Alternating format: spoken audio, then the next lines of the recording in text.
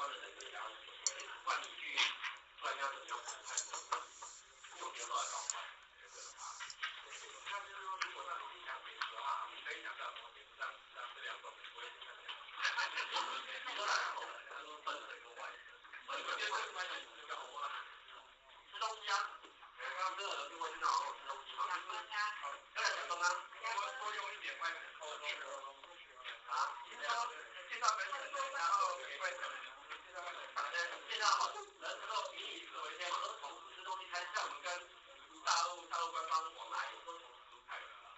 食物一起吃饭还是说介绍一起吃饭啊？从食物介绍，后来我们这边饭局从饭局开始啊，饭局然后慢慢从饭局里面聊，让他聊说啊，台湾有什么特色、好玩的、好吃的，让他